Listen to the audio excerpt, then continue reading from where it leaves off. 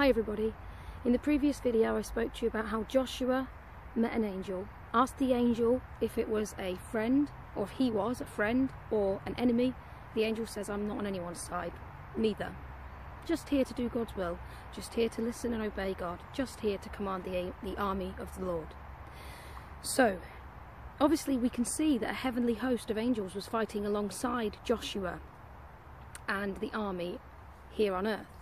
But it was important for Joshua to be fighting alongside them and not doing what he thought was right in the battle, even if he thought it was God's will and what God would want and what God had said to him. So Joshua says, have you got a command for me? Is there something I'm meant to do? And the angel says next, this is all in Joshua chapter 5, take off your shoes, because where you're standing is holy ground. I find that command really interesting, because it's not, get your weapons, here we go. It's not, round up the men and tell them I'm here. It's, do nothing. Do nothing and realise that where you are is holy. This is God's ground. If you want God's will and God's glory, you're standing on holy ground. Take off your sandals. Do nothing of your own. Don't walk by yourself. But kneel down and wait. Kneel down and listen. Kneel down and let God speak to you. Now straight away we go on to chapter 6, and this is what it says about the people of Jericho. Notice Joshua is kneeling on the ground, shoes off, waiting for God's command.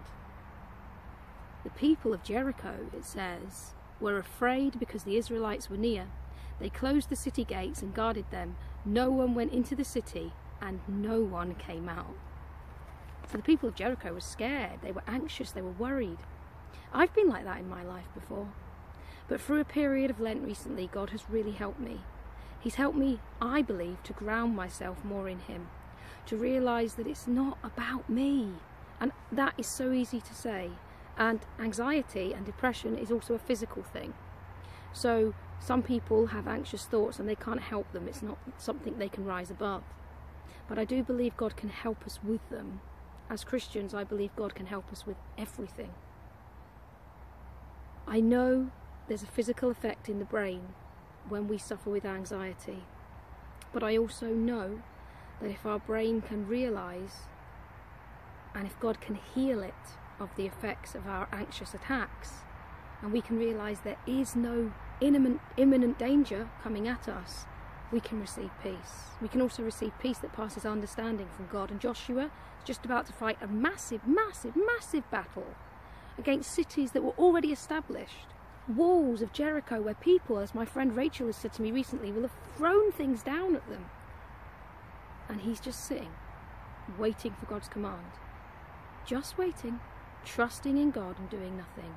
While the people of Jericho are so scared, even though they're living in this walled city, in this security, they're fearing.